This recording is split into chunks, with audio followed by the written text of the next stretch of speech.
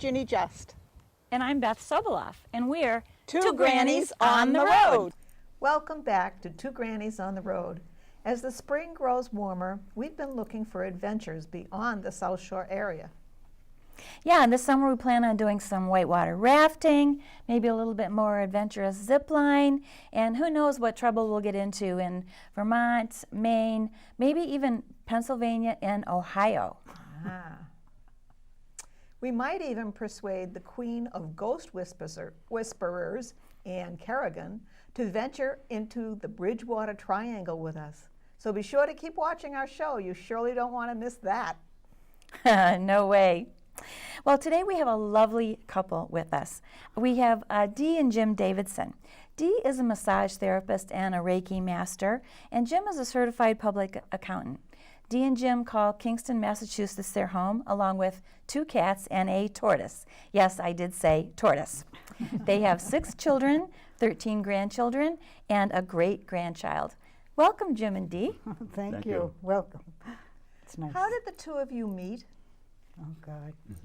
Well, we both had been recently divorced. I was actually still in the middle of my divorce, and we ended up going to a meeting where they were talking about anger. And both of us were used to penting up our anger and then getting to a point where it was blackout rage. So we both talked about that, and we kind of related to each other and went on from there. We just kind of hooked up and So anyways, started hanging out. he asked me if he could learn about, if we could go out and so he could learn more about me. And smart aleck that I am, I said, sure, and when you do, would you let me know? And I also said, and I like to go roller skating every Sunday night, which I hadn't done, but I wanted to. So I dragged him along, and we went roller skating. And yeah. And I had a wonderful time hating roller skating, but liking her. It's amazing what people will do to impress someone, isn't it? It is. It was a test. And he passed, apparently. He did. He did. I understand that you also have done a lot of dancing. And so tell us a little bit about what kind of dancing you do, whether you still do it, and that kind of thing. Shall I start? Go ahead.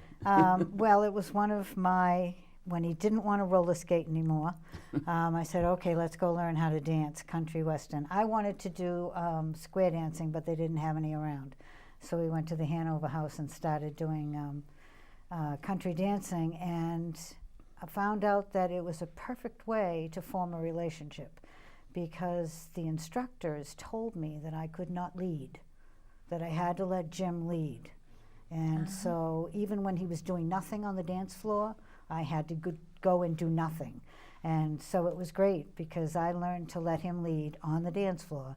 And we learned to create a relationship in dancing. So it was country dancing, 2-step, waltz, swing, line dancing. The contra dance. Contra dancing. Have you ever seen them dance together? No, I haven't.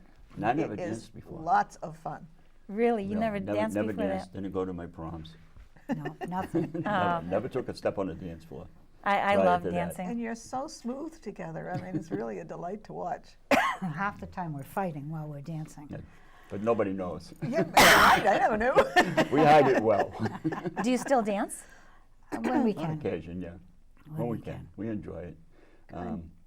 We ended up getting away from it for a while because we were teaching, and it became work, and some of the enjoyment left. So Yeah. we got away for a bit, but we do still like to dance. You also do a lot of work with an Indian reservation out west. Where is that, and what do you do there?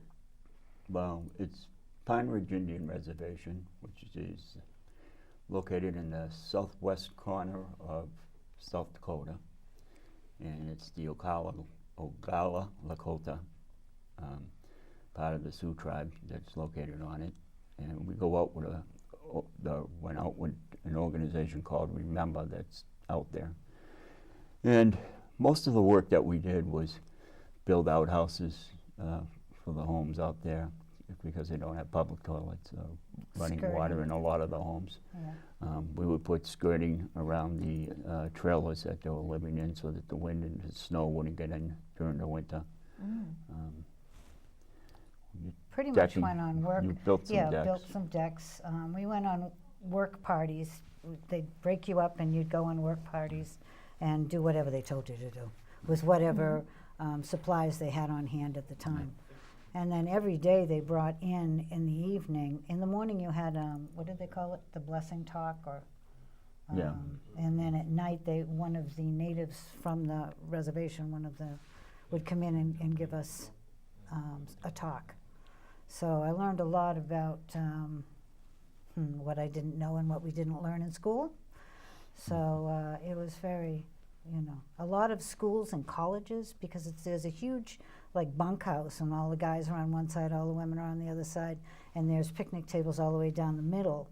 And so everybody comes together. It's a huge bunkhouse, is the way you sleep and everything. And it's a fabulous opportunity to learn about, the reservation. And the So- hardships thereof? And the hardships, yes. Yeah. There are some, you go on to Remember's website, re-member.org.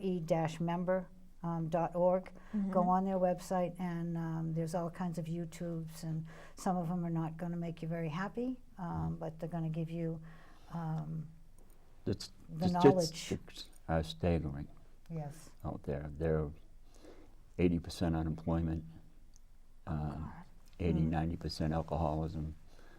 A lot of unwed mothers. Yeah, Is the a lot of suicide unwed rate up mothers. there? Teen Suicide. suicide is 3 times the national average. So, yeah, Yeah. So some of the statistics are really definitely a way to give staggering. back. Are you still doing that every year? No, we haven't been out for a couple of years now. I know you used to We spend, got busy with the cabin yeah, in the woods. but you used to spend 2 or 3 weeks of your own summer out there Yeah. giving back, which is Yeah. tremendous. Actually took our granddaughter out, which was beautiful, because I got to see her in a different light, And how old which is was she? nice. When she went out, she was what, 19, 19. 20? Yeah. 19 at the time. Yeah. Yeah. It was between her senior year and high school. She Yeah. had just graduated and got ready for college. So it was a great experience for her to Yeah. get out there. We made a mud hut.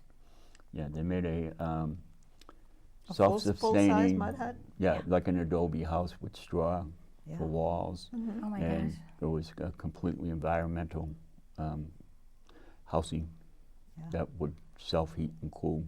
Wow. Actually slapped Yeah. the mud on.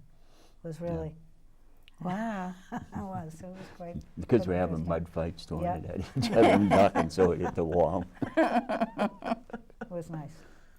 Very Wow. nice. That's great. Hmm. So the two of you are baby boomers.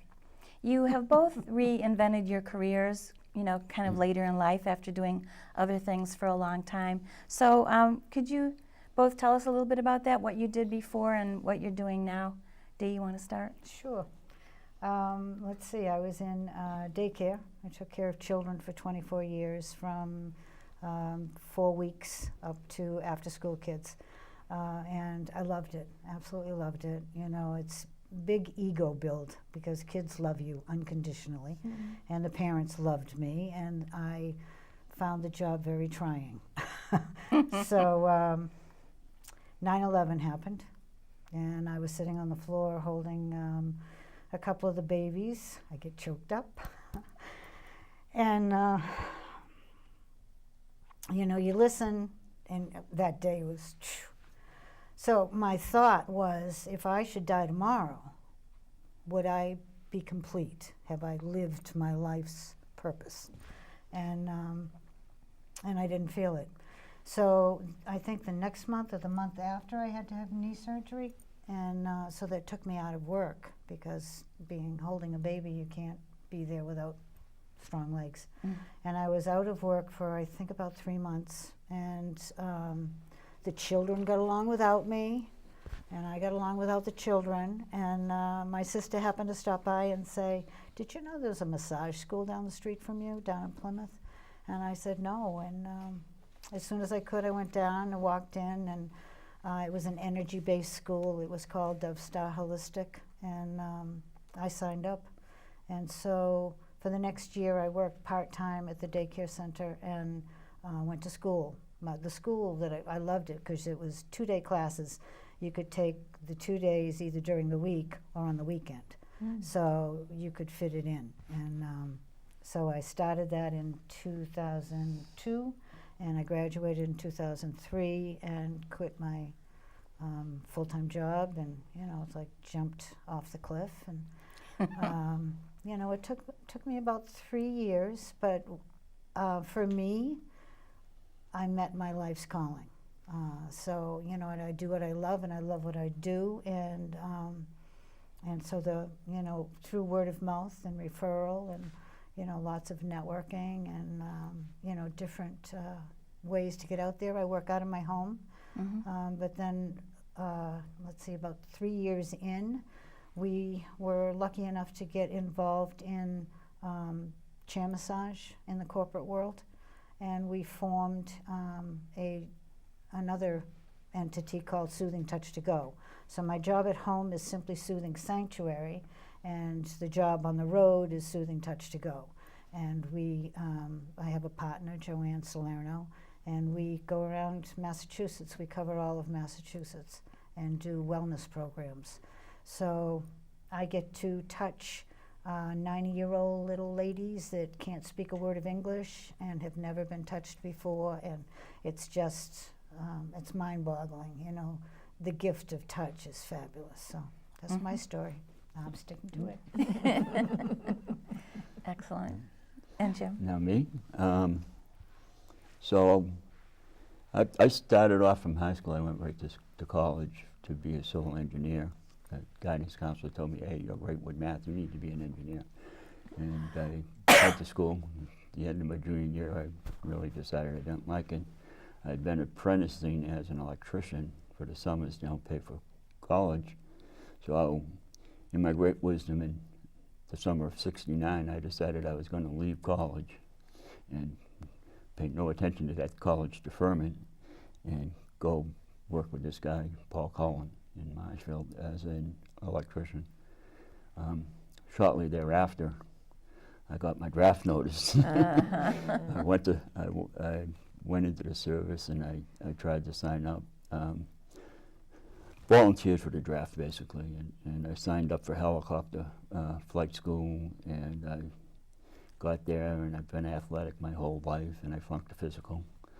My eyesight, my eyes wouldn't dilate fast enough when they would turn into the sun.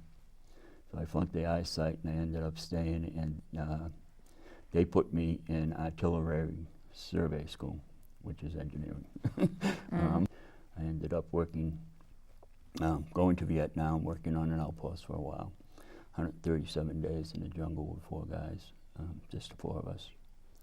Oh, and then we ended up getting called back to base camp, and the outpost getting shut down. And then I got out of there, and I came home. I started engineering work again. It was what I knew. It was how I could get a good job. I ended up doing the survey work for I-195 from where it ties into 24 all the way to the Rhode Island border.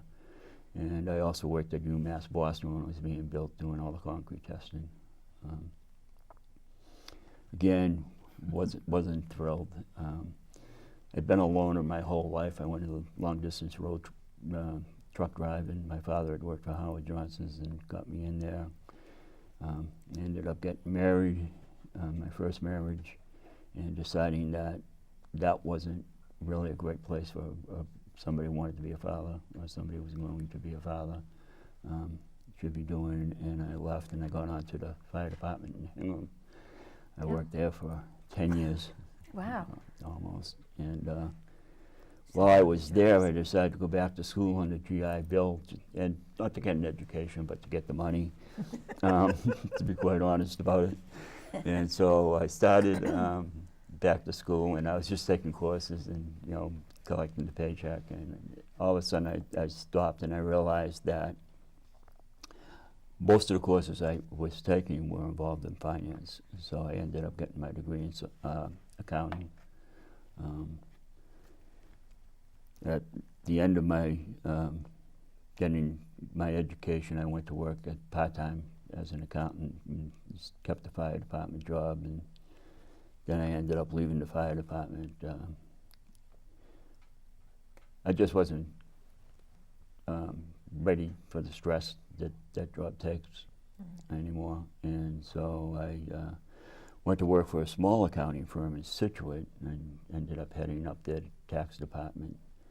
Moved on from there to another national firm where I moved up to where I was heading that tax department, the research side.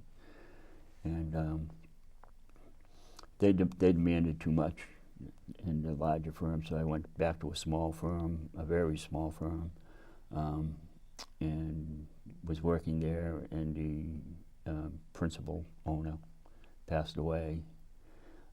There was some ethical issues found when he passed away that, you know, and there was a major audit going on because of him. I decided to leave. I didn't want to be associated with that. And I took a job as a controller with a company right here in East Bridgewater, actually, the Hot Hanks right down the street. And I worked there for 13 years. And then in 2005, I got laid off. They had decided they were moving all their accounting people back to Texas, and they weren't going to be in the outside units anymore.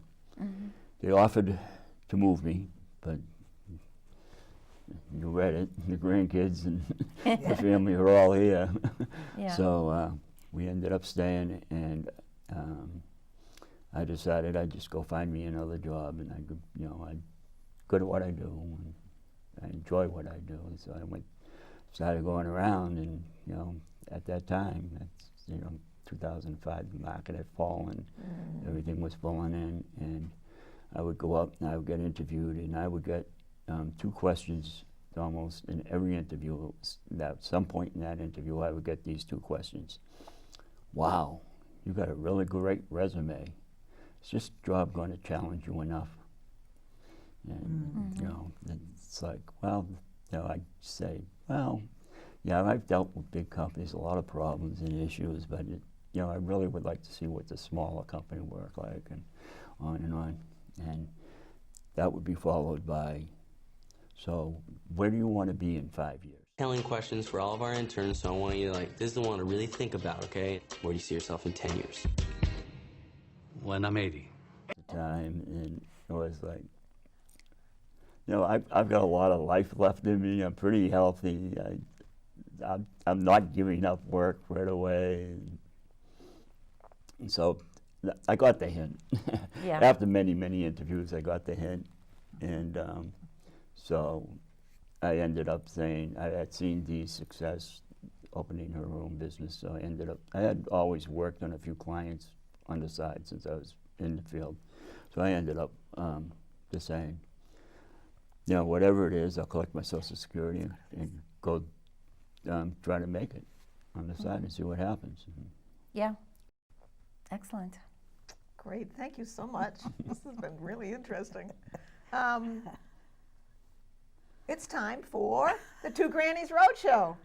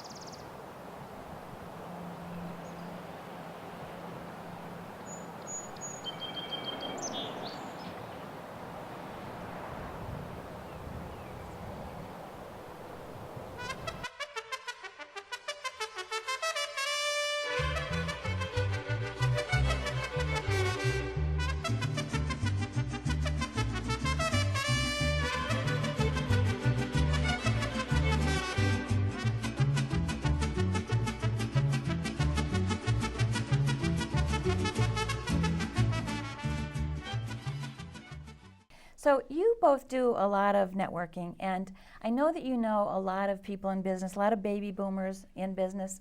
What do you think are the biggest challenges that baby boomers are facing right now in the business world?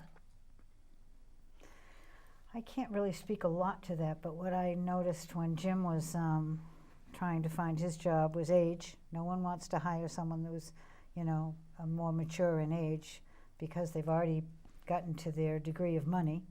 And you can pay younger people right out of college paying less. So I think that's a large one.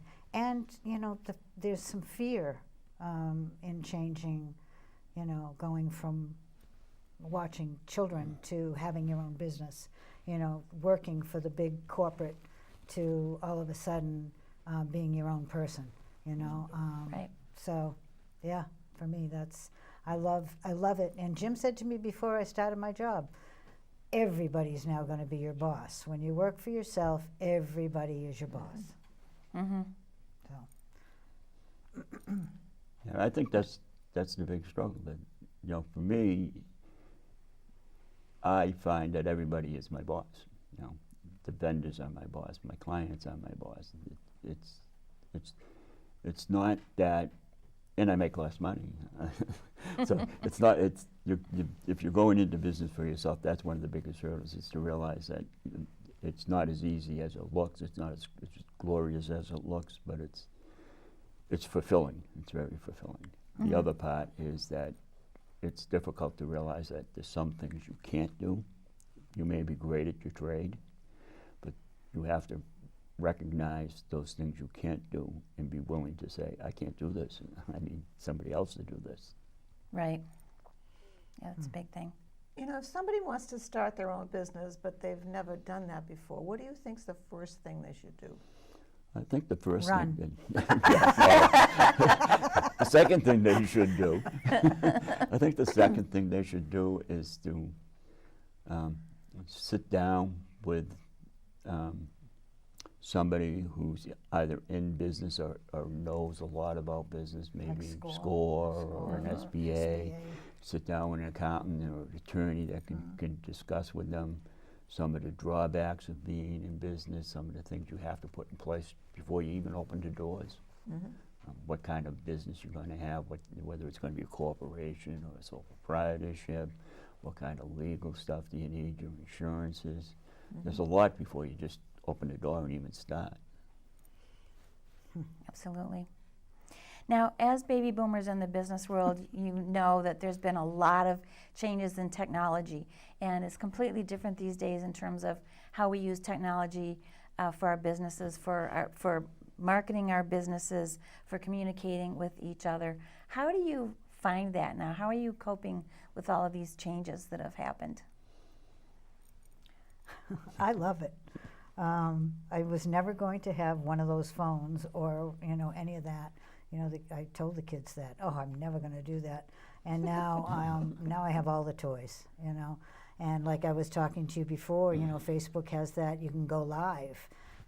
So the marketing piece, it's still, it's time consuming. So the problem is trying to burn both ends, to get all the marketing in and still have time to do your job and still have time to walk in the woods and still have time to go to the beach. But I think it's extremely important. I have 3 Facebook pages, and I'm on Twitter and I'm on Yext, and all of whatever you do. I take a lot of pictures. I post a lot of pictures.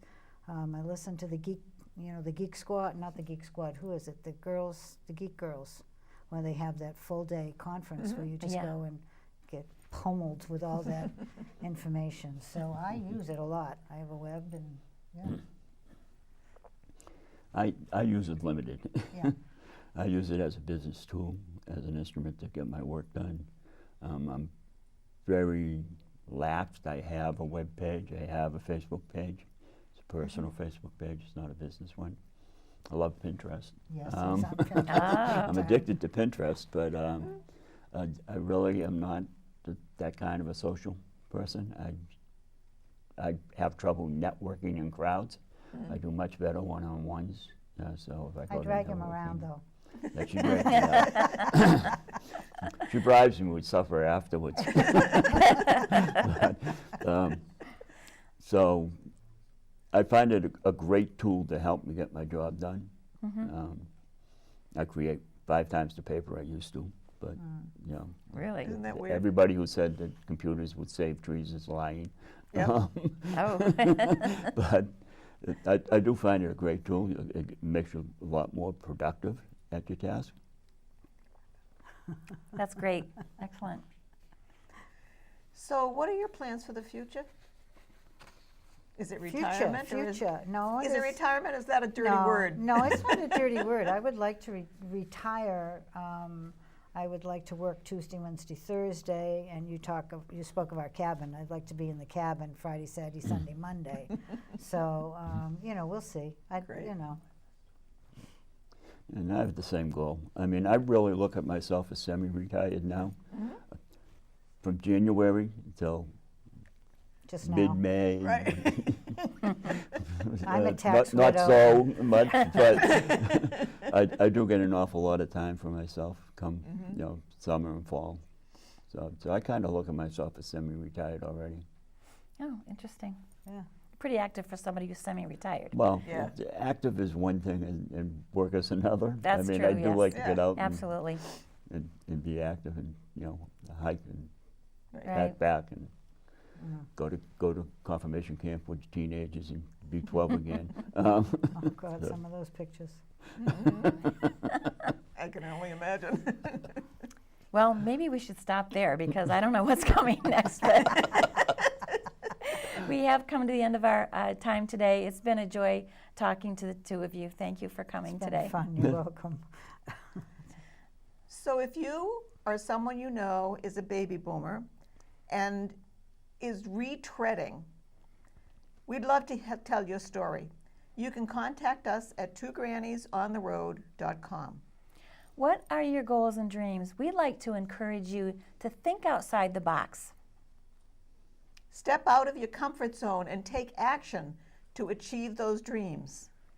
Thanks for tuning in today, and be sure to watch the next episode of Two Grannies on the Road.